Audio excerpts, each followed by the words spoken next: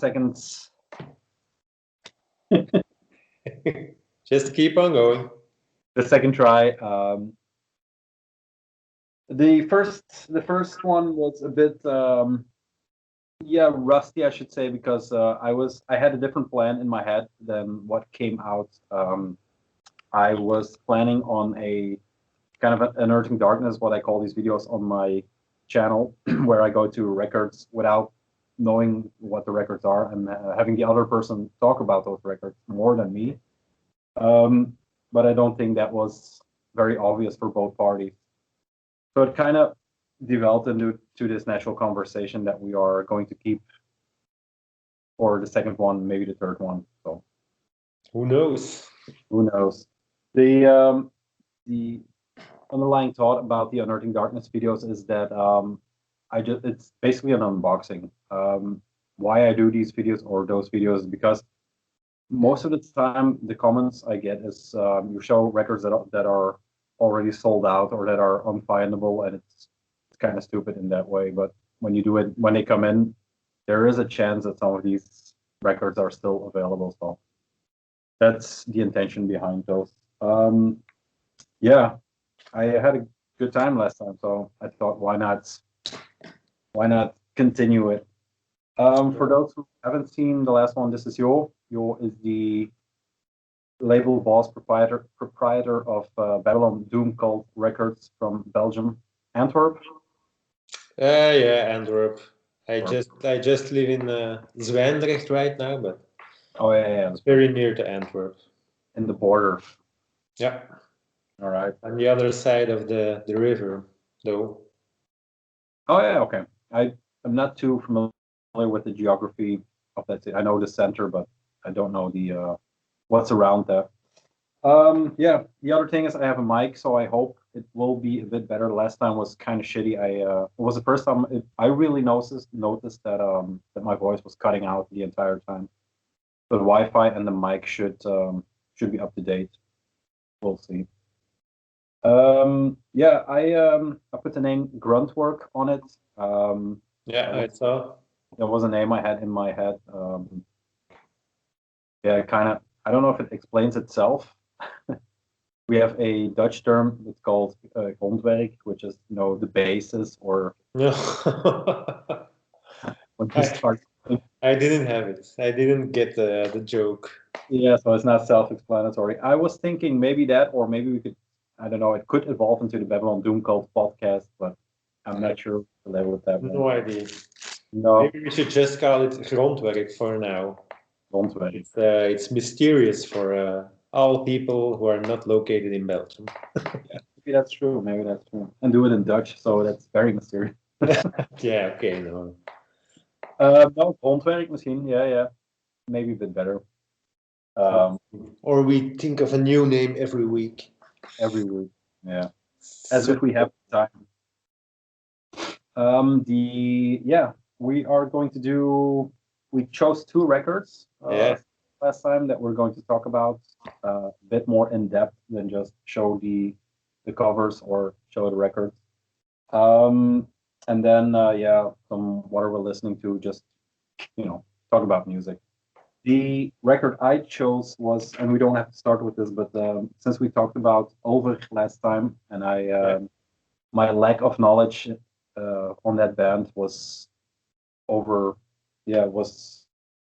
I was lacking in familiarity with that band, so I thought it was a good jumping in point, and I chose the Assassination of Julius at your recommendation. And did you like it? Well, you can be honest. Sorry? You can be honest. Yeah. I'm taking a page out of your book, and I'm going to be very honest, like you were last time. When I listened to it first, you said it was, if you like Depeche Mode, you will love this. That's what you said, right? Yeah, it's Depeche. It reminds me of Depeche Mode a lot. Yeah. So not just sound-wise, but also song-wise. It's hard to explain. I also can't explain Depeche Mode. Sometimes I like to call it intelligent pop music with, certainly in the 80s, a bit of a plastic sound. the very early Depeche Mode, but that dark undertone that had yeah, indeed, 80s noir that runs. Yeah, when I heard that's very present on the Ulver, the dark atmosphere and the melancholic and stuff like that. Yeah, 100%. I listened to it the first time and it didn't click. Of course, it didn't click when you hear it the first time. Even though I knew it was Depeche Mode, I was completely thrown off by the sound they produced. The vocal parts rubbed me the wrong way, especially in the track because I've broken them down. The I think it's called Rolling Stone. Rolling Stone. Rolling Stone. That little sister with that dragging beat. Yeah. The male and the female vocals. It kind of rubbed me the wrong way. I don't know. I didn't get it at first. All of the tracks were a bit. It's a very short record for that kind of records because it's a concept record. It's 43 minutes. So the first thing that clicked was "So Falls the World." So that's the third track. So okay, and that in my head sounded like a James Bond's theme song. That was the first thing that came to mind because of the pathos and the way it's built. It's funny because I went reading some stuff today. Yeah, and they said "So Falls the World." It's like Ulver's take on Skyfall from Adele. There you go. That's the first thing that popped into my mind. And it's the beginning of the song that's very reminiscent of each other. Yeah, because it changes halfway through the song. The more dancier or the more. I wrote down what's the band? These are my writings, so I have to. Great. The Dread Majesty, that kind of sounds was a bit in there. So that was the first track that kind of clicked. And then the Angelus Novus, it's two tracks over. When that came in, I have to be honest. The first time I didn't like it, but I knew in my head that the more I hated it, quote unquote, the more it would slap me in the face the next day because the song structure and definitely the way they are singing and the vocal patterns kind of are earwormy, but crept into my head. And the day, it's like you said, when you first heard it on Wednesday, then you heard it on Thursday, Friday, and then it was Roadburn. Kind of the same here without the live experience, of course, but. Yeah, and then you should imagine the moment it really clicks is the live gig for 2,000 people crowd. Perfect sound, perfect atmosphere. Yeah. Super great lightning on stage, very mysterious. Yeah. That was the moment it really hit me. I wrote it down. I can easily imagine standing there with those lights and those, the atmosphere that it's. Yeah. At this moment, we are now a week later than last week, of course. I can now say that I'm completely hooked on the record. Yeah, especially the vocals. I think the vocals are kind of weird. They're not very powerful. No, I think the entire record is not yell or shout or no. Yeah, it lacks a certain power, but they're like a bit honey-like or so. I don't know how to call it, but yeah, it's a very sweet. It's like sweet singing. Yeah, I think the entire record has kind of that feel. Knowing it is Ulver, and also with the listening to the other records from Ulver, you kind of expect an outburst at some point. Also, when you look at the themes, it's loosely based on the fall of Rome, the assassination of Julius Caesar. So it deals with Rome. When you look into, it's been a long time since I read along with lyrics. Actually, I don't have the vinyl, so I have to look them up. I'm not sure if they are 100% correct, but kind of They're weird. They're weird. They are a bit. They are weird in a way. He sings about the house on, I don't know the address. Yeah, the 1 second to last track. Yeah, there was a house, and that's the address of the Church of Satan. Yeah, the Black House from Anton LaVey. Yeah, that's one of the things. there And are a lot.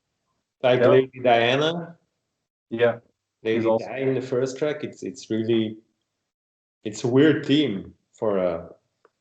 Yeah, I still kind of think of it as a metal band. Maybe that's wrong, but even for a pop song, it's a weird subject I to think about. I looked into all those. I tried to find connections between all those because it has a lot of dates in here. In the first track, it starts with what is it, the 18th to 19th of July? That is the night Rome burned in 64 AD. So it starts with Nero burning down Rome. Then we're in Paris in the tunnel where Lady Di died. Then it says on the transfiguration, staggering since the shots in Rome. That's when they shot the Pope. So it goes all over the place, but there's not really. I don't know. I don't. Maybe there is, but it's not easy to find a certain link between all the songs. It is a very Googleable record because I last night Yeah. I spent looking up dates and yeah, getting into what it could be, but I don't know. It is, yeah, it's a very good record, especially yeah, you can go around the fact that it's Depeche Mode-ish, or it sounds very much like Depeche Mode. With the slowly fading echoes, the 80s, yeah, just the 80s sounds. But yeah, it takes it a step further in the sense that there are some classical undertones in here that it is a bit more, I don't know. It's a good thing that it is a concept record, although I'm having trouble finding the concept in it. Yeah. Yeah. It's also the songs built really nice, I think. Yeah. Even today when I was listening to it, yeah, I've heard it on just through my laptop boxes. I've listened Mhm. to it through my very faithful Bose Revolve speaker. I also have the vinyl, and each time, if you listen to it on another device, Yeah. there are other details that get in the forefront or in the back, like through the Bose speaker, Hmm. the basses are very prominent, while Yeah. through the laptop, often guitars are more prominent, less bass, and you always hear different things. Hmm. And even today, after listening to it for maybe 100 times, still unveils new very little subtle details, often in the electronics. Yeah. Just build up the song in ways you're not always aware of. I think that will be true for both records we're going to talk to about today. They are in a way kind of similar, not in sound or not in build up, but they have something in common in that sense. I only listen to the digital version and on Spotify, and it's very quiet on there. You have to really jack up the volume. So The I'm trying. Ulver one? Sorry, Ulver? Ulver. Yeah, It's quiet? Okay. it's kind of quiet. Yeah. So I'm looking forward to. I didn't buy the vinyl yet, but it's in the want list. So I know a very good distro will have it soon. is that I'm waiting for the Falkenbach box, but then a whole bunch of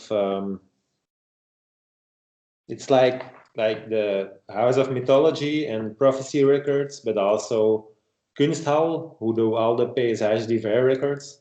yeah. They all have the same distributor, so Okay. when I order something from one, it all comes in one bulk. They stack it up when they have a box full. They send it. No, I just ordered, and it's the Falkenbach box is 28th of November, something like that, and they just Oh, sent everything. You on order, you can't merge orders or have something put extra because they have a warehouse and it's the communication and stuff like that. So it's just you order everything and they ship it once everything is there. Okay. I'm looking over to see if there is anything more. Yeah, Yeah, we're it's an 80s album, yeah, Ulver, but it's not not a cheesy one. it's Like a not. lot of those 80s pop songs, Yeah, not all of them, but a lot of them are yeah. cheesy in a good way. Yeah, that's what I meant with the 80s noir that crept in. Like, Yeah. it has more to do with Terminator than Tears for Fears, for example. It's just that dark, and that grit is still in there. It's not the plastic 80s Yeah. stuff. And maybe the link with the other record we're going to do is the psychedelic. There are a lot of effects on the background. And also in the second track, there's a lot of psychedelic guitar Mhm. going. It locks in a groove. The drum and bass lock in a groove. There's a bit of percussion. And then there's a guitar who's just like, just Yeah, those clanger. going. It reminds me a bit of the latest Aluk Todolo album, which also has.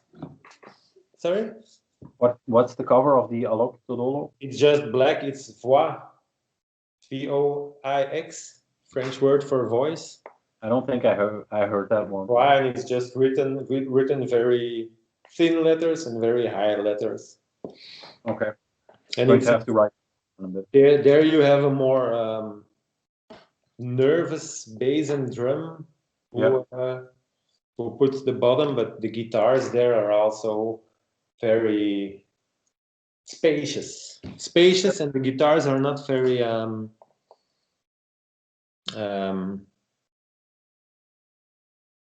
they don't really play a pattern or riffs. They don't have riffs, that album. It's just they go like, it's like sounds. They put sounds in the air.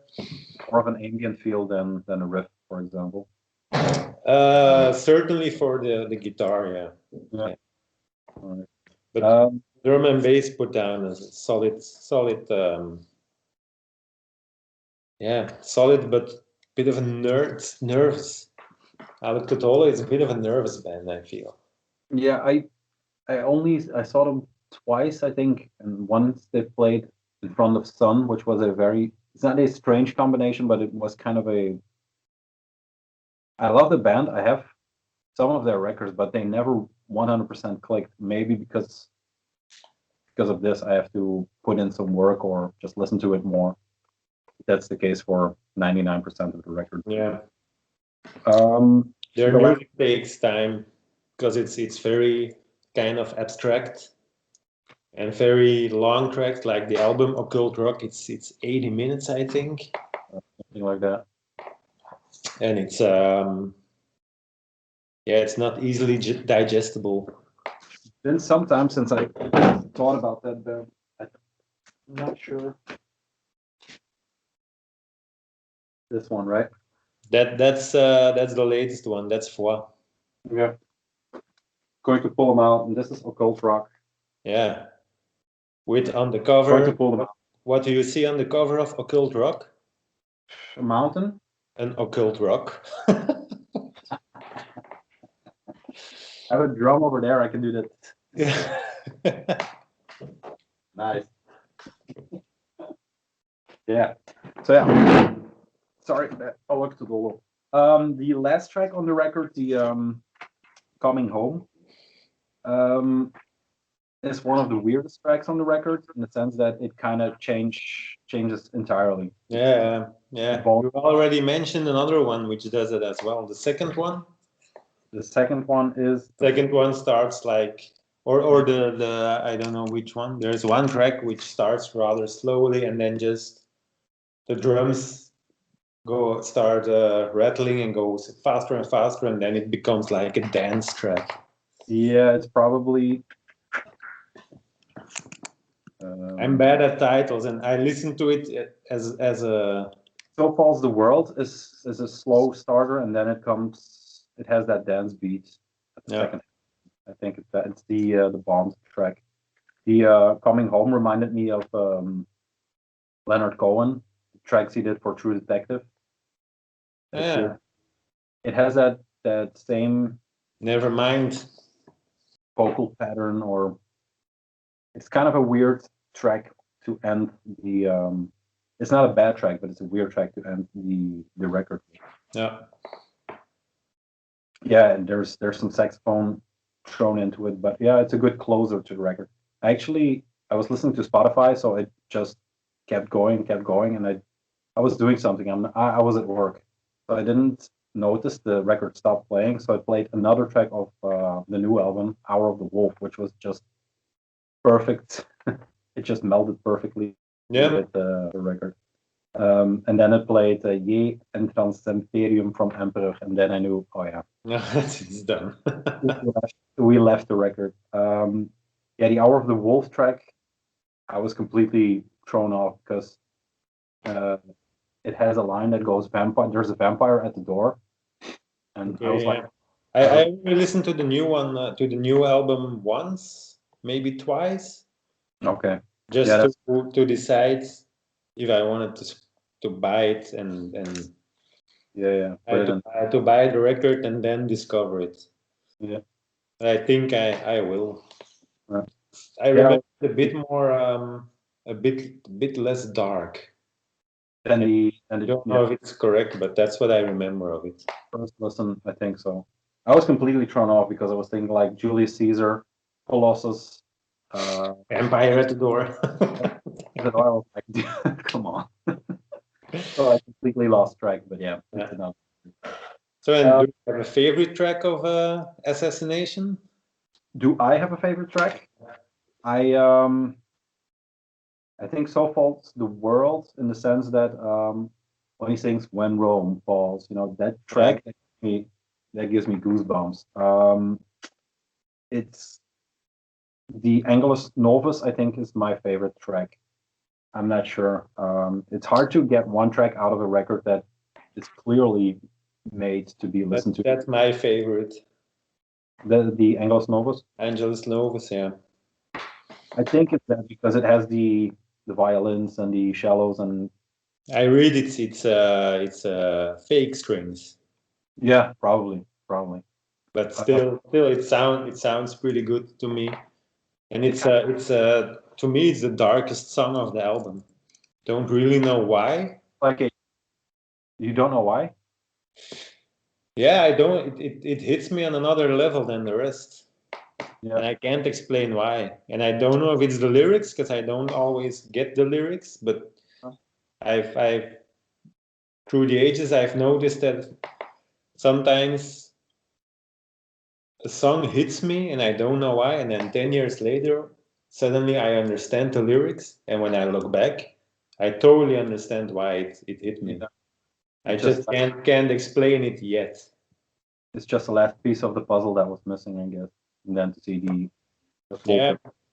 But that's the weird thing. If something speaks to you, you don't understand why, but somehow later on you get why it spoke to you back then, because actually you did understand it. It's very weird. It's very weird.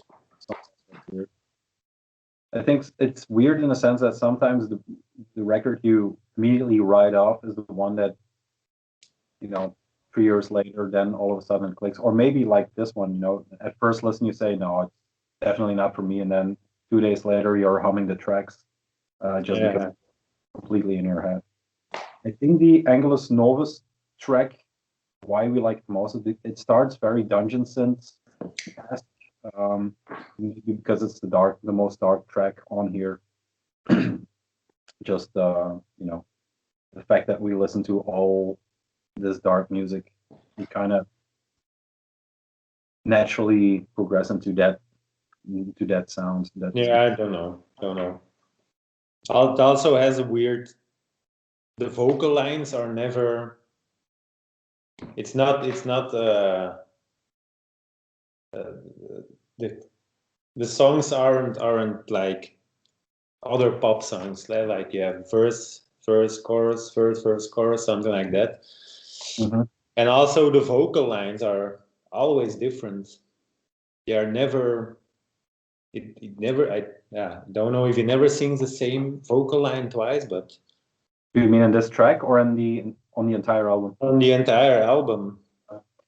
That's why I was hammering on the way he uses his vocals or his lines.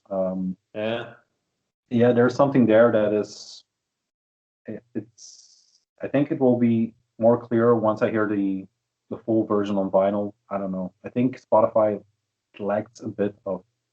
I'm not sure. I'm not. Maybe there's no difference. Could be, but I'm excited to hear the full album. But it's a special album. Yep. It's a very visual album too. I don't know. I get these images constant when they are talking because of the lyrics are so descriptive. Maybe I get these constant images listening to the lyrics. Do you know if is there footage of them in the studio on this record? Is there a DVD with the album or something like that? Don't know. It would be cool to see. I've seen the CD version. It's just a CD. Yeah, it would be cool to see maybe something of the process or how they created it.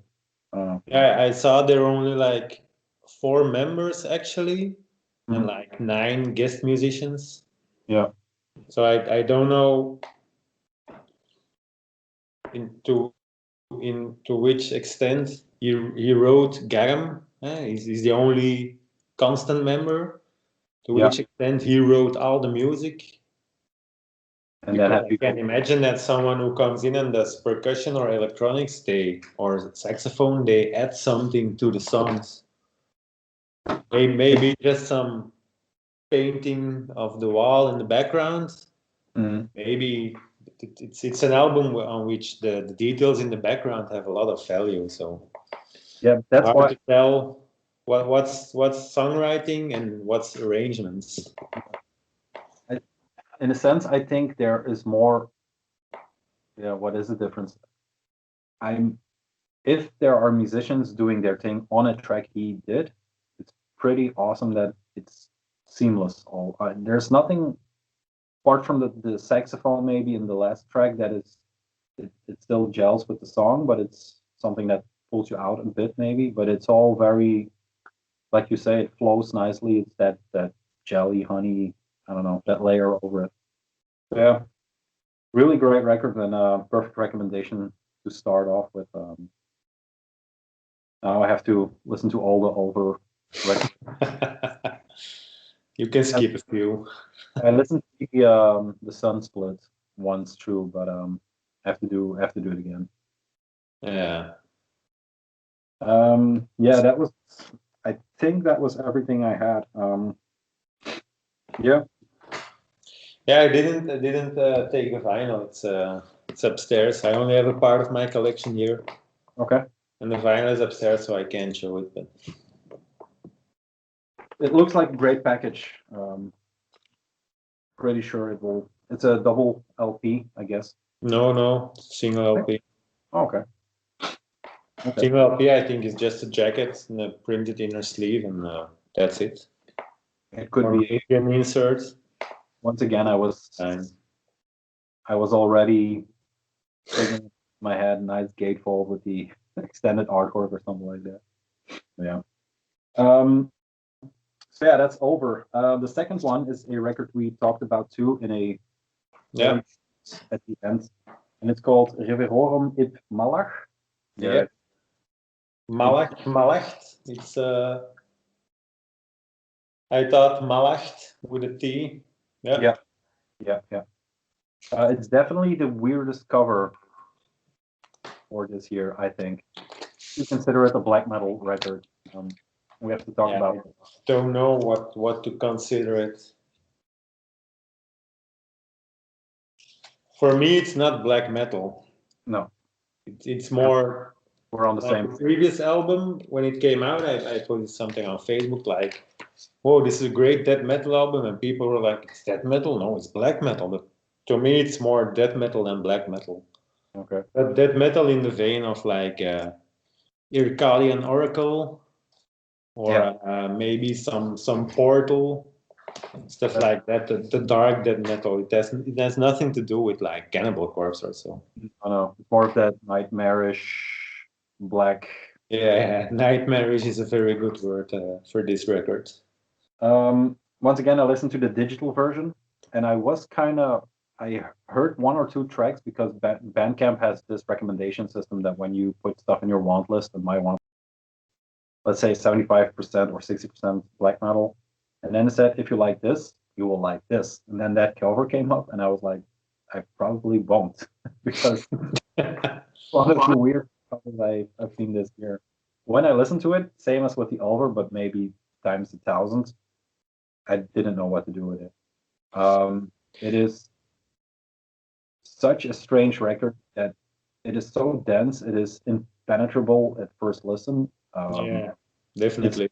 It's 1.5 hours of just a complete barrage of destructive sounds. Yeah, And in contrast to the Ulver, I've listened to this one maybe once in full, and then the first part again today. And I'm having a hard time, getting into it because I'm not sure that's the idea. Getting into it. don't think you have to get into it. You have to let it wash over you. Yeah, but at this point, it tries very hard to keep me out. Okay. That's a good thing because they're sold out everywhere. So You still had one, right? I have one unpaid order. Okay. So I'm still not sure I need it on vinyl, but it is a very, very interesting record. I looked up a bit, or I looked into what it is. I'm going to do the shout outs later where I got some of the information. It seems that the title, and forgive me, but it's called Wat inte Sju Huvud. Maybe. It's the meaning is what is not seven heads, apparently. yeah, according to Google Translate. According to Google Translate. No, I got it from a podcast actually. It refers to the beast of seven heads from Revelations, so it's old stuff. Because they label themselves as Roman Catholic black metal. Yeah. Then I don't know if they're really like Catholics or if they just use Catholic themes. Yeah. And like there's a lot of like preacher like spoken word going on the record. Yeah. And like Gregorian chants in the background. I don't know if they just use those elements and call it that, or if they're really because other projects it's Sir N from Ancient Records is on it. Mm-hmm. And I don't know the themes of these other bands, but it seems to me it's I know the what's it called? Hedenvecht. Yeah. That says on the box something like it's a psychedelic suicidal music or something like psychedelic suicidal hell, something like that. He always has that psychedelic, even with Graf. He has those weird surf-like guitar riffs going through his black metal. So I think he is the wild card in the. It seems they are a duo. The let's call them REM because I can't pronounce REM. REM. They stole their name. Then it's also.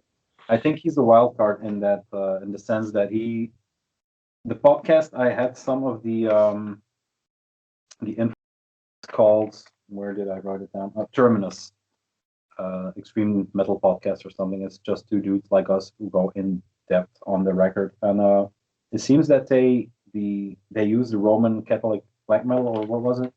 Yeah.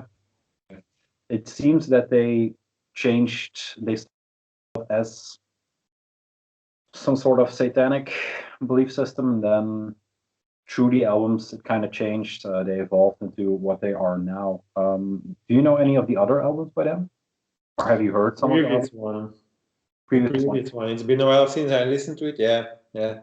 With the Maria.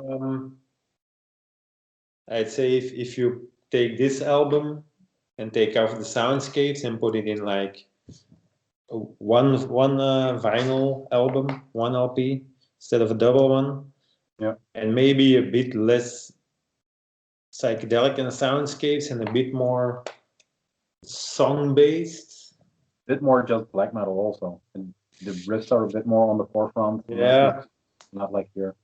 Yeah, not like this one. This one reminds me if you would put like the double negative album from Low which Who is says that? No. which is kind of a they have written a bunch of beautiful songs and then turned them inside out and have them decomposed. Mhm.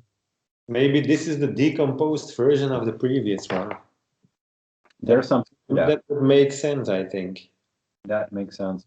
I had written it down as because once again I had very visual connotations with it. It's kind of like if Twin Peaks and Lord of Chaos, those two movies got collided, something like that.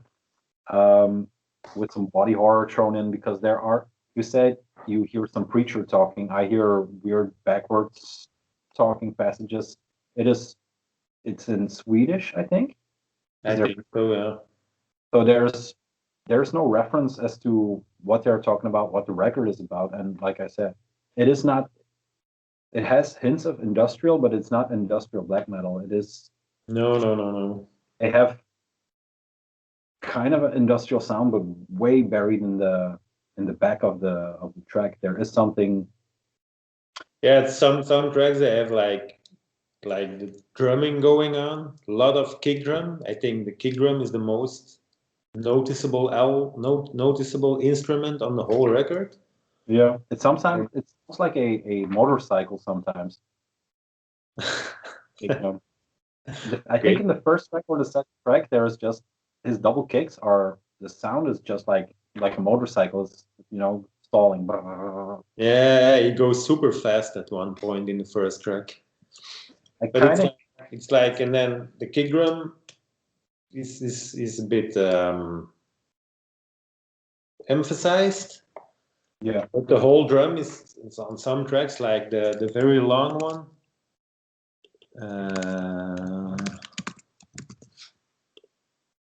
De fifth track, at drivas af Christi kerlijk och uitvoeren hans opdracht.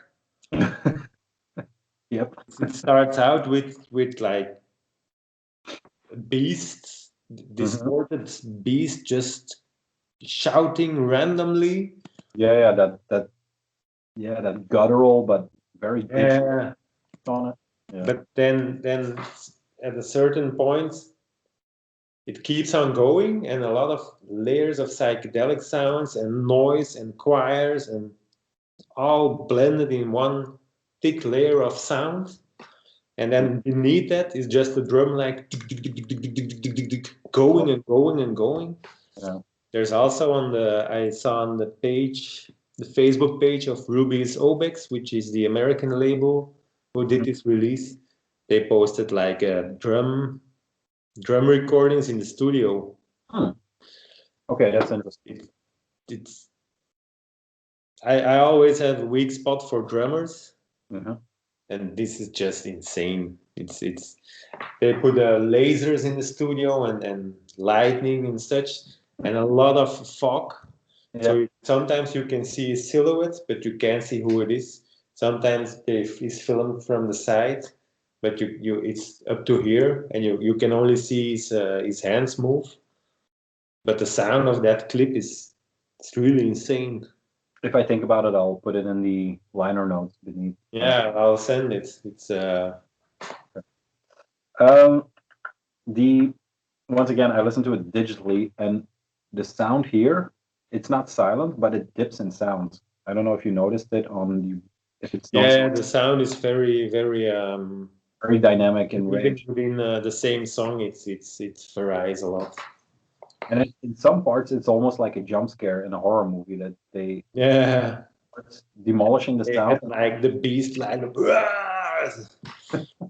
yeah, it's very weird. It's also I almost only listened to this one this week, but a lot also on Bandcamp because it's only just a few days on Spotify.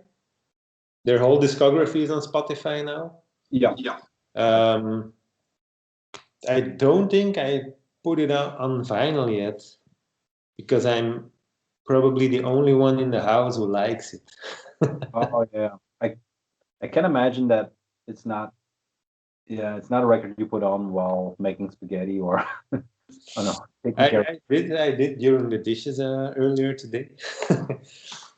How many plates got wrecked? Sorry? How many plates didn't make? No, none. I'm a very quiet and tranquil person. So.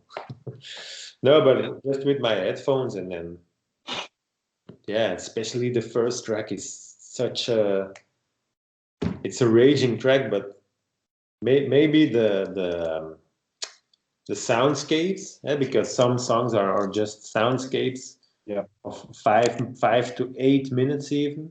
There's one track with 7 minutes and something, and it's really quiet. I thought it was just silence, which you sometimes have on albums. I remember an old album of Diabolos Rising, which is a project of the vocalist of Impaled Nazarene. Okay. And the sixth track is 6 minutes and 6 seconds silence. Okay. But when I only had it on tape when I was like 20 or so. I only had it on tape, so it just that silence just came along, and I didn't fast forward or so. Just a break in the barrage. Yeah, and that's with this one also.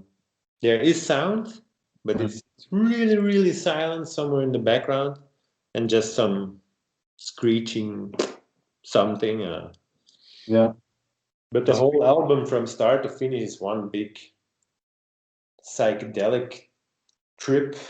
Yeah. I think psychedelic is psychedelic noise is the best description maybe for the record. I kind of the death metal bass behind it somewhere. After the third track, I was going track by track, 1, 2, 3, and then after the third track, I just wrote, "This is going off the deep end. I give up going track to track," because like the Ulver, this is not as much of a concept record because God only knows what the concept is. But yeah, I'm looking forward to the day this clicks with me. That I don't think I will ever really get into it, just because I don't know. It's probably your album of the year, right? At this moment, yes. I can't imagine it will be. Yeah, I can't imagine it will be mine. I'm not sure. I think it's very interesting. I think there's sounds there, and there's ideas there, and yeah. It's very abstract. Yeah. It's very abstract. Also, the songs with metal parts in it are, there are not a lot of parts that No. come back or repeated or so. There are parts that's repeated, but then you're more in like a krautrockish sense, which also isn't verse, chorus. I think that was the problem with me with both records. I was going into it expecting, black metal, and Ulver definitely has nothing to do with black metal anymore. Nope. The Reverorum, you could say it has more dark atmosphere. Yeah. It's more of an atmosphere and the drum parts and maybe a riff here and there. There's one riff that is just too weird to be on the record, and I think that's a certain riff that reminded me of Calf, that surfish stuff they're doing. Is it in the very long track? The very long track after the beast is growling, and then you have the psychedelic part with the drums in the background. I think there comes a riff. I'm not sure. Like I said, I haven't wrote song titles down just because they are 7 feet long. That's the only track I can imagine where you have just drums with a riff on top. Okay. All the rest is it's buried in noise and sounds and layers and choirs and preaching and. At a certain point, I was thinking about Swans, early Swans, and especially the live stuff they are doing. That was kind of my entry point as to how I should listen, because Swans is a band that I have some records of them, but they never really clicked with me until I saw them live. So yeah, if there would be a chance to see this live, that would be kind of an experience. But do they play live? I can't imagine they can bring this album live. Then again, when you see that drum track, it's he just does it. Yeah, because one of the I things don't think the drums are the difficult part to bring live. It's the whole blending of sounds. Mhm. That's really. I once asked the guys from High Novia Magi if Solar Temple is a live band.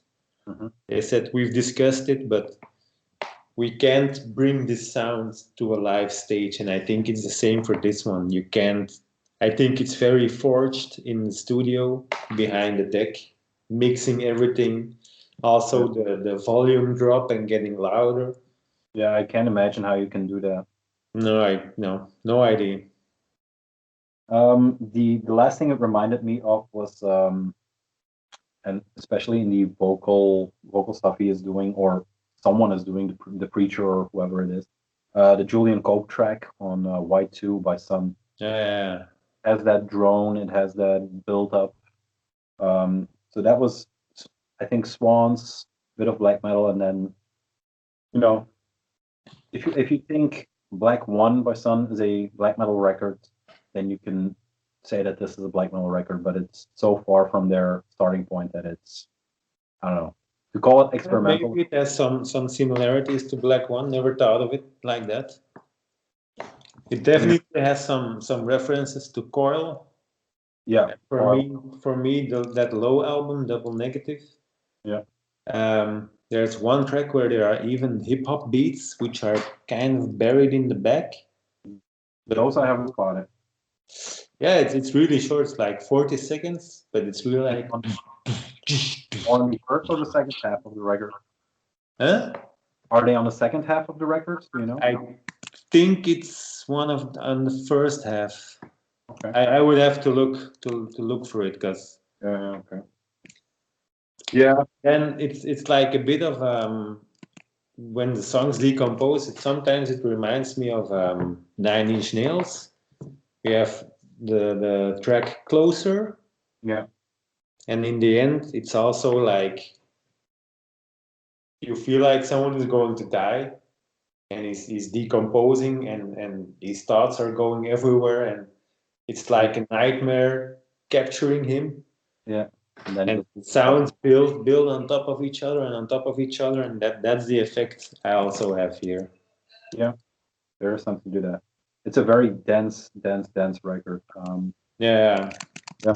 You don't have to go and sit and listen to it intensely. You just have to lay on your bed, put your headphones on, and just let it devour you. I actually found it worked better for me while I was doing stuff, just here working on a drawing or making packages or something like that, because when you can drift on the drone parts or on the more industrial parts, if you will, and then when there is some shriek or some high point, it just grabs your attention again. When I Yeah. was on the headphones, I don't know, I can't call it boring because that would be detrimental to the record, but yeah, it worked better for me in an active setting, but I think 90% of albums do better that way. Yeah, I didn't delve into the members too much. I know they are in more projects than just this. I think he's on, one of the guys is in Vol.2 and stuff like that. I Which have is no idea. satanic black metal bands, if you will. I normally do that kind of stuff, just delve into members and histories and record histories, but I was too busy or too occupied listening to this for once. According to Metal Archives, Sir N is still in the band. Okay.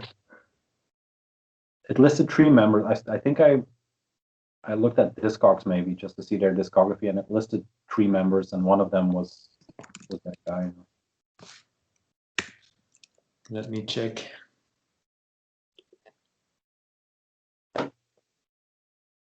Yeah, my computer is 100% dead. I can just throw it in the trash because I started it today. Just normally I do these kind of things in the other room, and then I have internet and laptop, but it just beeped. That's the only thing it's doing.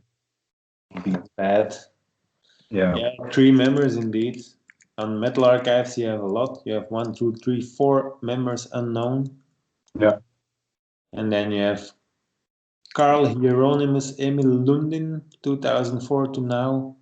Carl Axel Michael Martensen, 2004 till now. And then you have Sir N, 2009, and then 2017 to present. Okay. There are 7 members who are listed as being active to present. Even an ex-Niflheim member. Oh, okay. That's the 2020, so it would be probably just for this record, I'd say. Yeah. Niflheim's a one guy, Eratrix, he does the AI. AI instrument unknown. Okay. I have no idea what to think of that. No, it just adds to the mystery. Yeah, it has a lot of mystery, that's for sure. It's like I a very said, mysterious album. I'm looking forward to the day it clicks. Yeah, if it goes on paid, I have to think about it. 40 for the record, that's not €40, yeah, it's a lot. It's a lot, I know. It came out on American and French label, right? French, yeah. Le Narcophone, something like that. Something like that. Yeah, weird cover, weird record, but very worth getting into. They're getting more and more active, it seems, because they have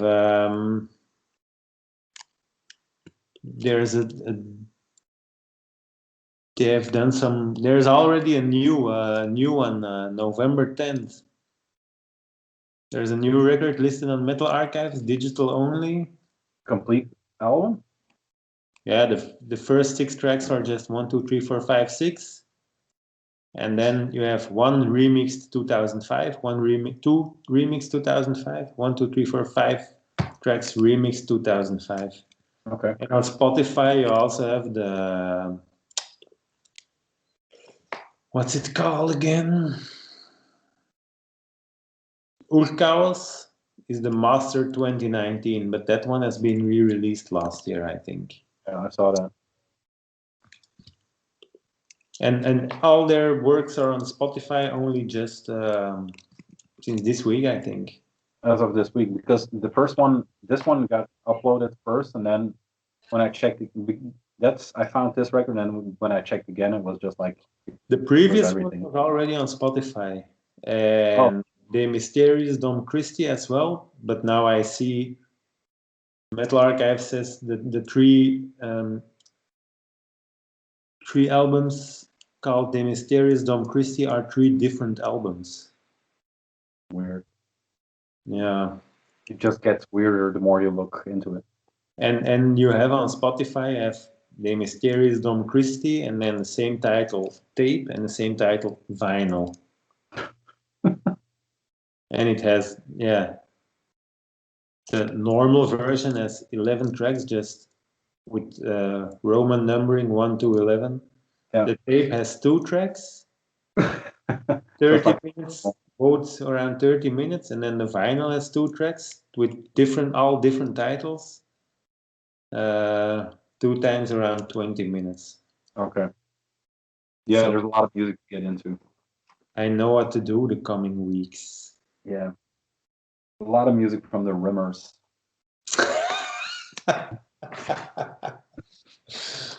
Yeah. Yeah, that kind of concludes the 2 albums. We're almost at an hour, so let's delve into the things you have been listening to, or we have been listening to. Yeah, I've been mostly listening to this one. Not that again. I put this one on a few times. Okay.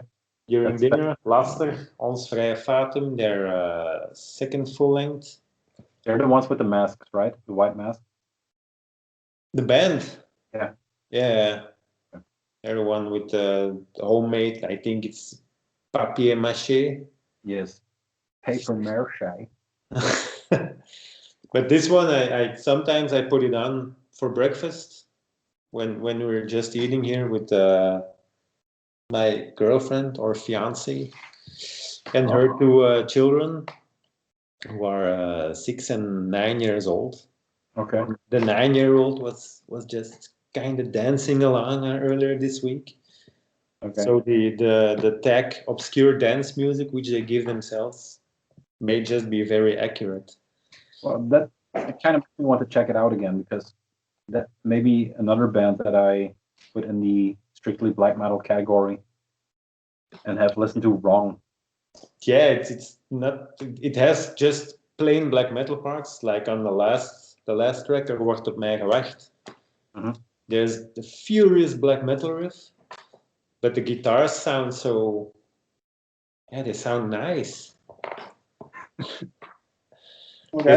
They sound nice, but at that riff they just really have the power they need. But in like the first track, or maybe my favorite track is the third one, Bitterzoet. Yeah. Also has a lot of electronics, and it's a lot of harmonies coming together, and it's a beautiful song. Also some post rock parts on the guitar. Okay. Often backed by blast beats, but it's one of those albums like at the Order of the Black Arts Facebook group. Someone asked the question. Someone put in a track of System of a Down, and he said, "Oh, this has a black metal part. This song. Are there any other bands or songs that have a black metal part where you don't expect it?" Oh yeah, that was one of them. Yeah, and I put in I commented Death Heaven, because for me Death Heaven, when you look at their song structures and music, it's not black metal, No. but only use black metal techniques or sounds or like blast beats and tremolo riffing and everything you want to just bring you their songs, which are structure wise and song wise are not black metal. And I think you could say the same for this one. Okay. To make song wise and not like, yeah, it's just not really black metal. If you really have to, I also can explain what black metal is. No. But We'll keep that for a different episode, because yeah, that will put us in a stratosphere we're not welcome, I think. I yeah, think the problem mostly is that I go into music with a preconceived notion, and I just stare at one point blindly, and when the songs don't fit that box, I just, because there is so much music these days, I'm trying now to focus on like listening to Ulver, listening to that record 5 times in a row, just getting into it. I've tried times, but it's just the rat race of record collecting and record buying is, it is never ending. And the this year I thought with Corona it would slow down a bit, and I have time to digest albums and listen to stuff that's in the collection. But it's only gotten worse. Everyone first held back everything, and now everyone is just pushing everything they have. So it's just a deluge, or a zonvloed, if you will, record-wise, and especially with me having a channel like this, it's just new. yeah. So it's good to have something like this that just puts a pin in one or two records and then just completely focused on it. I have a question for you, because I was looking through what I've been listening to. When something pops up on Iron Bonnet and it has BEL, Belgium, my attention gets drawn to it. Do you know Dwaallicht? Dwaallicht? Yeah. No. They popped up. I think that's had a review on Eldergebroed. Oh, okay, probably. Johan is very, very on top of Belgian black metal. Yeah, not only Belgian black metal, every. It seems they have a demo in 2016, which is called Het Duistere Licht, the Dark Light, if you will, and then 2020 an EP or a full. I'm not sure what the difference is anymore. Te Vuur en Te Zwaar. So that's something to check. Nope, haven't heard of. I haven't listened to it. No, it just popped up. They had the CD on Iron Bona, but I didn't pick it up.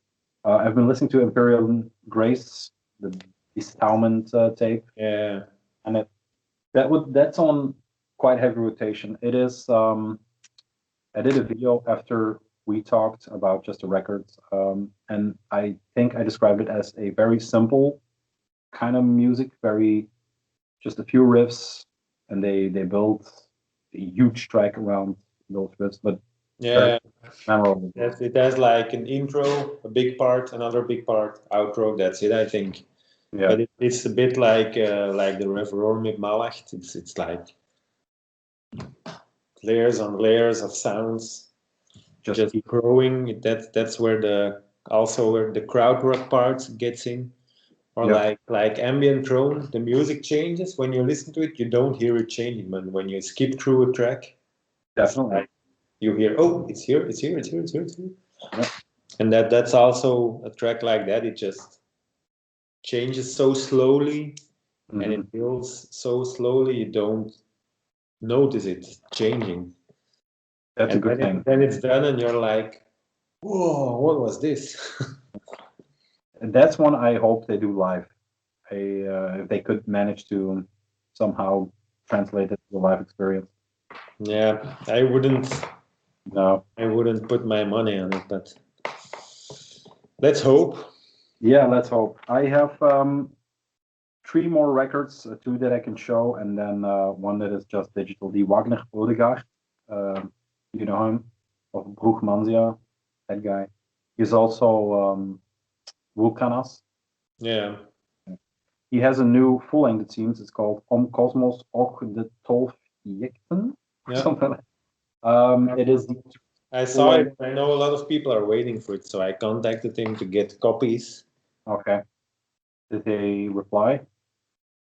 Yeah, sure. I'm just hearing with some loyal customers if they have interest now, then I can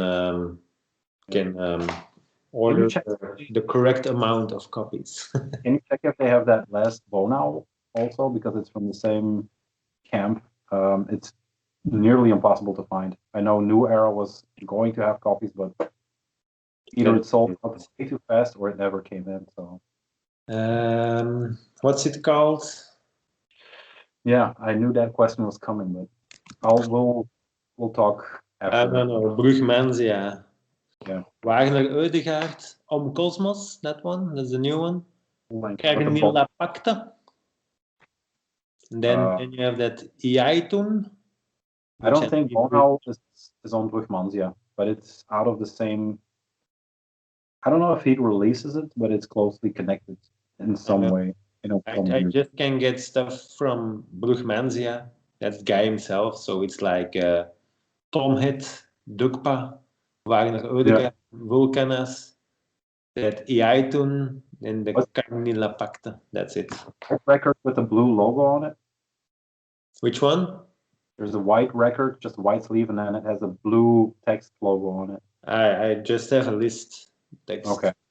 Well, I'll send some stuff. Maybe we can figure it out. I have two records that just came in that I'm starting to delve in. One is the Stormkeep with Galbrum, guys from Blood Incantation that now have a black metal project, it seems. Very second wave Emperor worship. Johan apparently didn't like it, speaking about Hollywood, so I'm very curious to hear his words. I just skipped through it, but I don't get a fuss. It's not mind blowing, 100% not mind blowing. I love the package. I love the promo. I'm hoping this will still blow my mind in some ways, but still hasn't. Of course, great packaging through Van Records. What is a great and fun record is the new Boris. No, it's called. This is the Japanese version. It's Boris on their most punk, hardcore side of things. It's a very short, dense tracks, with just bursts of energy, not long, drawn out Boris, but to the point. Like is it a bit like Pink? Yeah, maybe. But if Pink is still more metal. The Fame 7-inch, you have two versions, and one is very punk, I remember. More Venom. Especially with Boris is as long faded, so I'm not it was into it anymore, but this kind of grabbed me again. They had a lot of records that Yeah. you know, they One time when they released 3 records on the same day. yeah, something like that. So this kind of grabbed me once again because of Bandcamp. They just announced, hey, here's a new Boris, check it out, and again with me. The last ones I have is the Noise. Yeah, it's very dark cover. does it have Noise and Preparat. Preparat, yeah. Those are the last 2 I've bought, and I kind of like them, but they're kind of in line with the albums we discussed, especially the Reverorum album, because it's also a bit abstract and soundscapes and drones and. Preparat is a collaboration, right? Don't know. I think it's just Boris, to be honest. Let me check. It's a full length from 2013.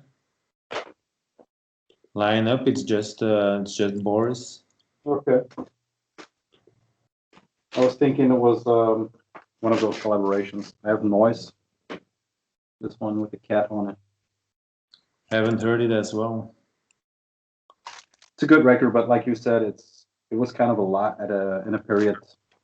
And I have this thing when they just push everything on you, it just shortcuts, and then I lose interest.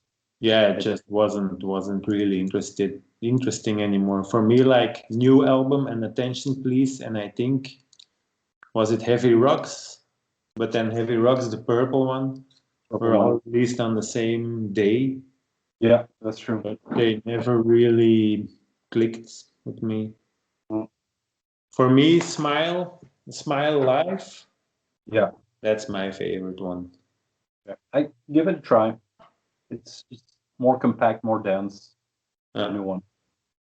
The last thing I wanted to talk about is it just got released today. Is the Irgul, I think that's how you call it. It's the 2-track promo tape from the guys that from the Spiegelreich team, More Than Dam's Revolt and Spectre.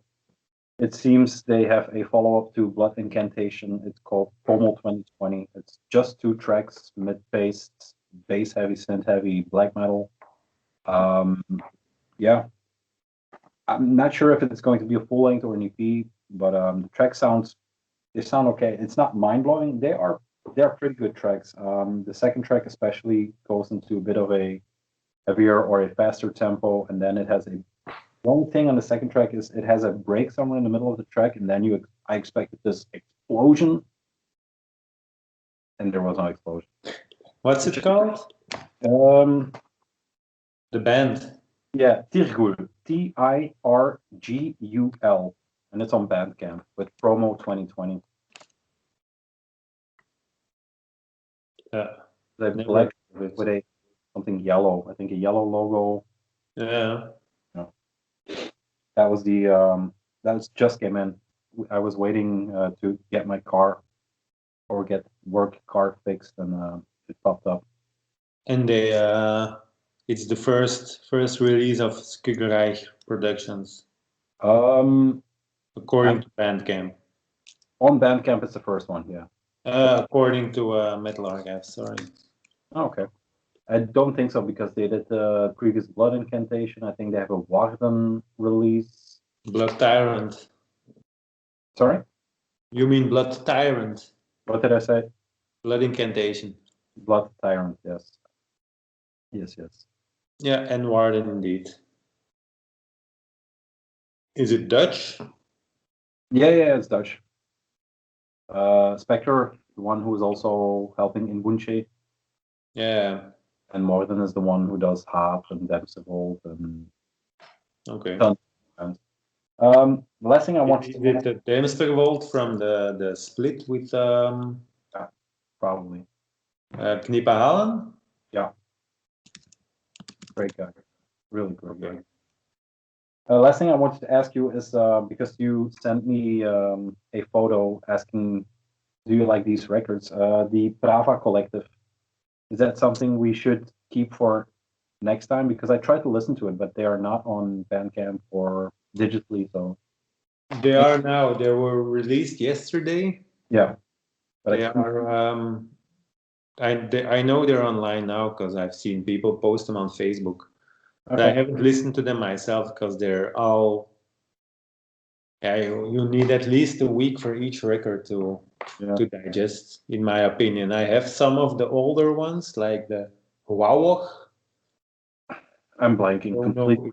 HWWAUOCH. Okay. All in capitals. Yeah. I have the two previous ones, but I don't have Void Sphere albums. I don't have Actin albums.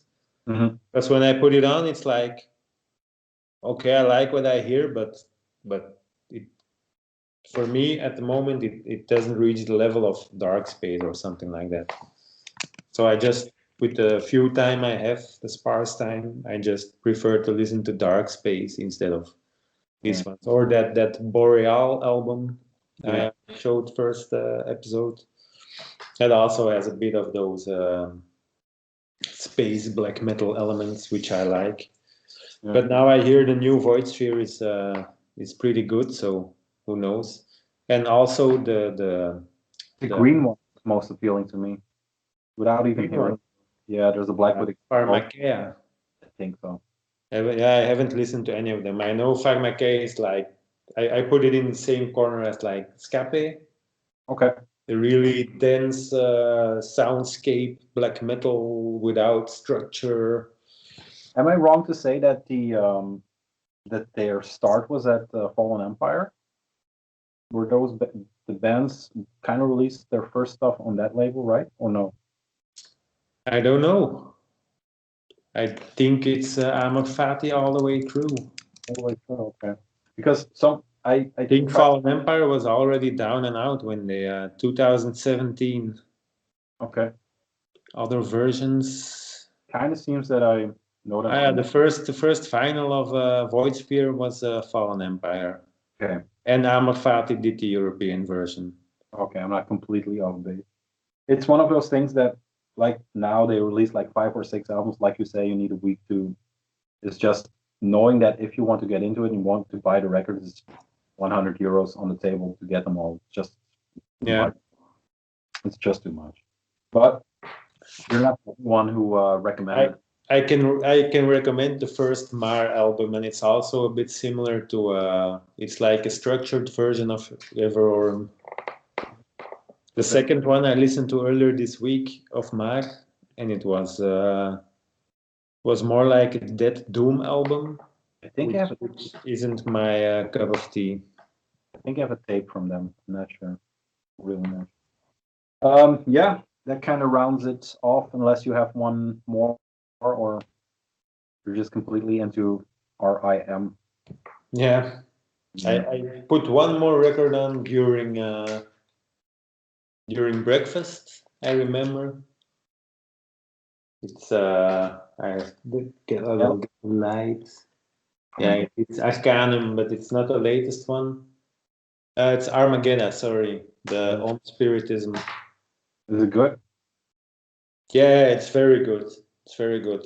I have also have to dig in because it's not just like without not saying it's bad or so, but a Marduk album is just riff based, and they have certain riffs and they put them together and they have a song.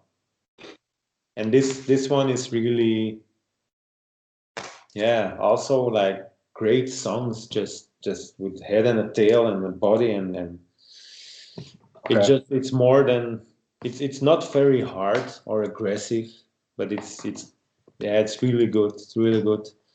I didn't know the band until I heard the name.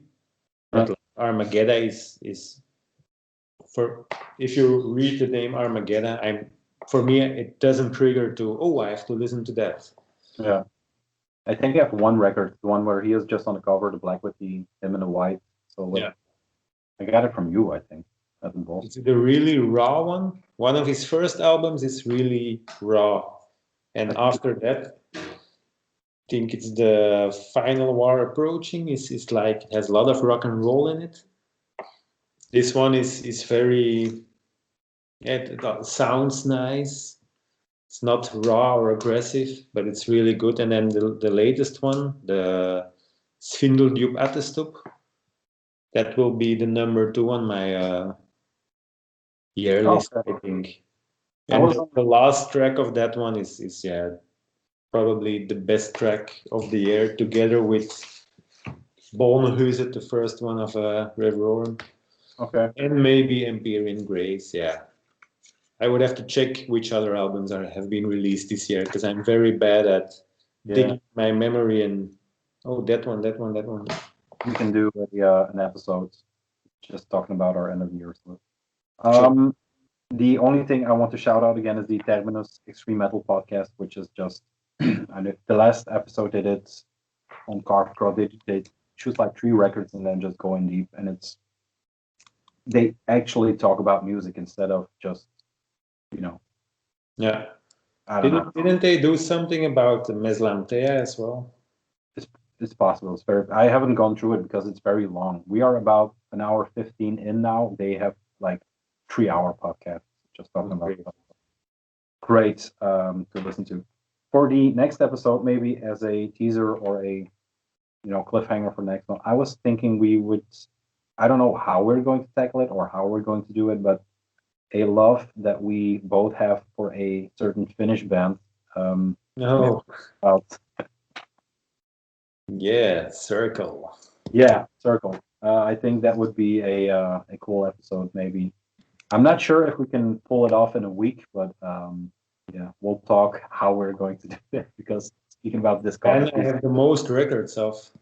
Perfect. I have a ton too. It's more. It's one shelf in my. I think I have half a bin, but that's fine. I know you are even more over the top with them than I am. So. I just at September 10th, Terminus did something about Meslamtea. Ah, okay, that's cool. Yeah. That's the one with the sucking on a tree. Yeah, that's that one. Oh, cool. Did they contact you, or did they went through the band? The podcast. Yeah. No. Just often when I'm at work, I work as a seasonal worker, so I don't have my cell phone in my hand the whole time. And then when I get home, I see like Meslamtea reposted something, and these guys have mentioned our page. Yeah, of course. So it's I always have to play catch up. That's not bad. But they didn't contact me. No, they didn't. I'm trying to put my phone down once in a while too, because I don't want it to be an extension. Yeah. You're better at it than me, but Some people in this house would disagree. The fiance, right? Yeah. Congratulations, by the way, on that. Thank you. But I guess it is. Yeah. I'm not going to thank you every time, because now we are a duo more than a interviewee. So yeah, let's talk again soon, and we'll see each other, I guess, next week with Circle. Okay. Next week, I'll see what I can do. Yeah, same. It's going to be a very full week. But yeah. The good thing is we kind of know the music, so I don't have to delve in too deep, because it's on not constant rotation, but it's on heavy rotation. Yeah, but I can't just say, the Reckonus album is like this, or I know a few ones of them I know pretty well, but it's perfect. So broad. New wave of Finnish heavy metal next time. See you next time. Bye. Bye.